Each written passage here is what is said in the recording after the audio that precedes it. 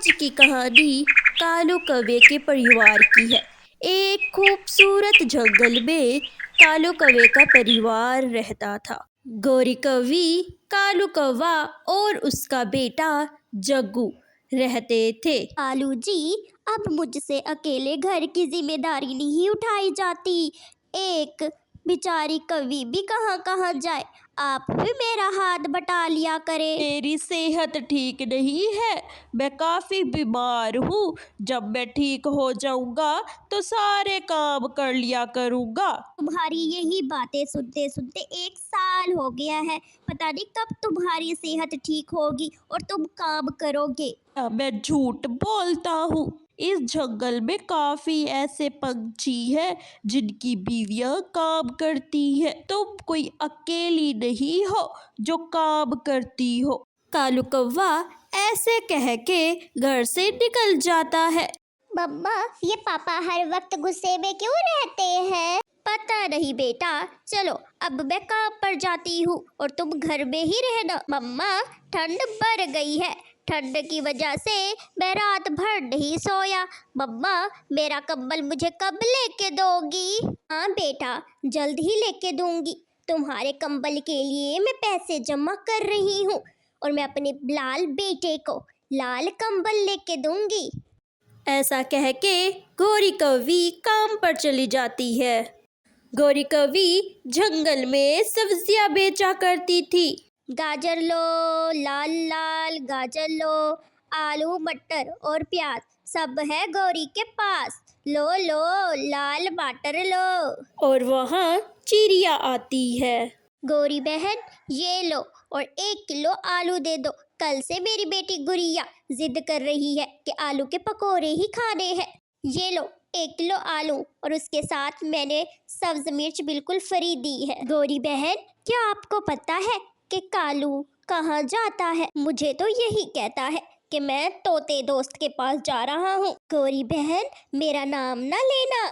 मैंने कल देखा कि कालू नशेड़ियों के साथ बैठ के दारू पी रहा था। क्या क्या कह रही हो चिड़िया आप? मैंने अपनी आंखों से देखा था और कबूतर ने भी मुझे बताया था कि कालू रोजाना इन नशेड़ियों के पास जाकर दारू पीता है। चिड़िया सब्जी लेकर वहाँ से चली जाती है। गौरी शाम को आते ही कालू का इंतजार करती है।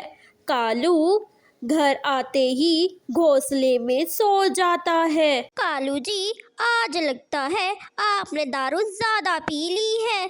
क्या? किसने दारू पी? किसने गौरी तुम्हें बताया? मैंने तो दारू कभी भी नहीं पी। आप इस बात को छोड़े, सबसे पहले आप ये बताएं कि उन चीलों के पास आप क्या करने गए थे? ये तुम्हें उस छोटी चिड़िया ने बताया है ना? मैं तो उसे नहीं छोड़ूंगा। कल उसी ने ही मुझे देखा था चील के पास जाते हुए। मुझे नींद आ रही है, अब मुझे सोने दो, मुझे तंग न करो। चलो यहाँ से जाओ अब। कालू कौवा ऐसा कह के जल्दी से सो जाता है। मम्मा, मुझे ठंड लग रही है। जग्गू बेटा, तुम मेरे पास आ जाओ, मैं तुम्हें अपने पंखों के नीचे छुपा लेती हूँ। मेरे पास पैसे जमा हो गए हैं, कल मैं अपने बेटे को कंबल लेके दूंगी।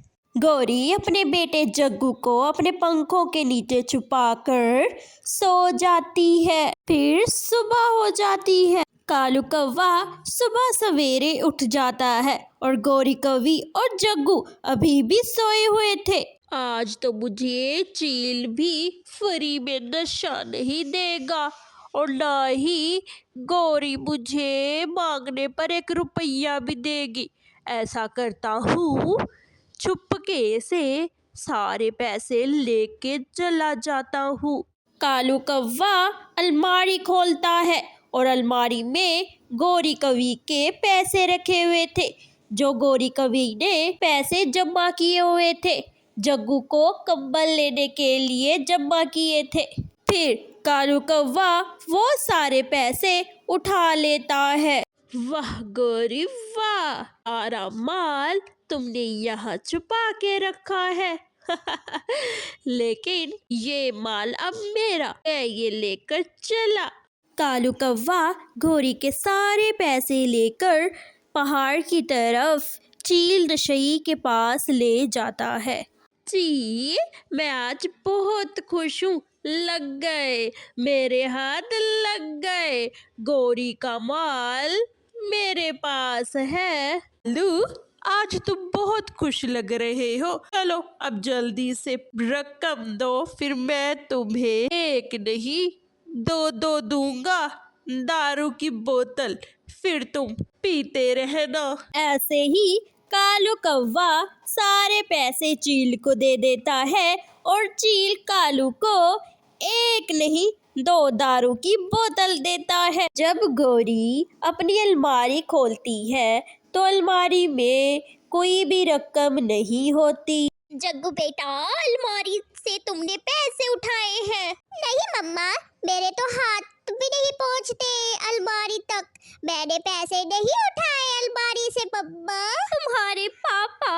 तुम्हारे पापा पैसे ले गए। कालू, तुमने बहुत बुरा